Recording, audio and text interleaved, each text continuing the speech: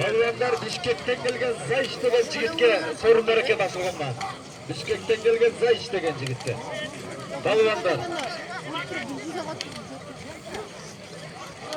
Dolmatli Qo'ypay 87 dostlarım dikkat gel beri.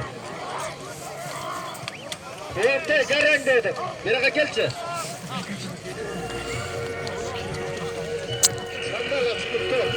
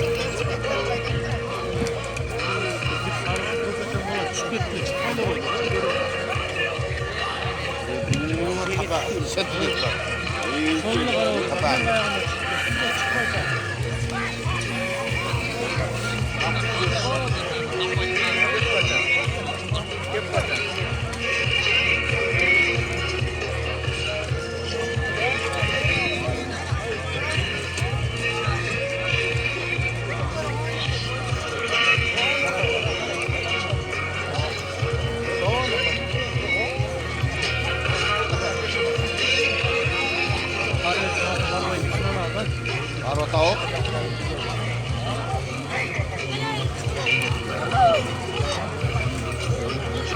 Kaçoda da?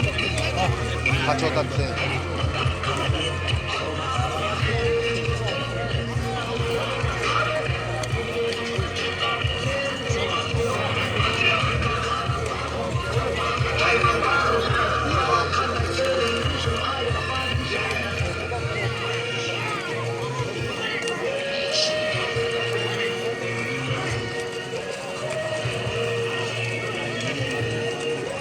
Ha?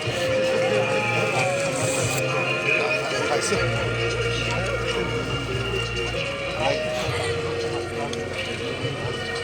Akıl bolda çendiriyor. O iki kızın ortasında.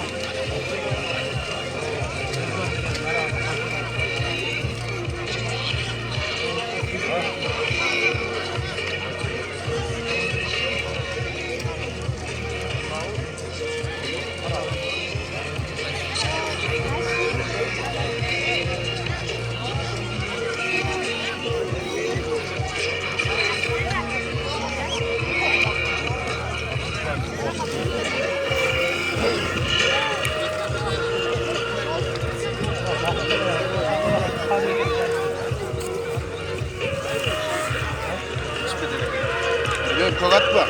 Çok tomat var. Soğuşan mümkün. Ve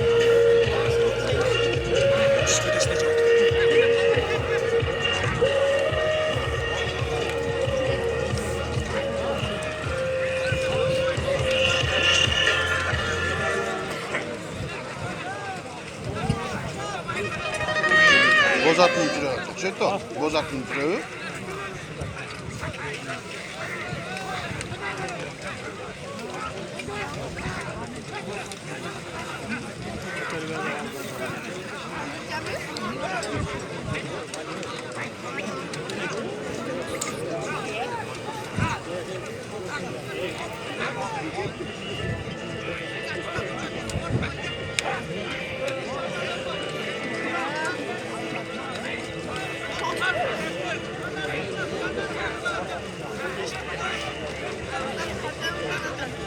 Yok, biraz neyse sal da.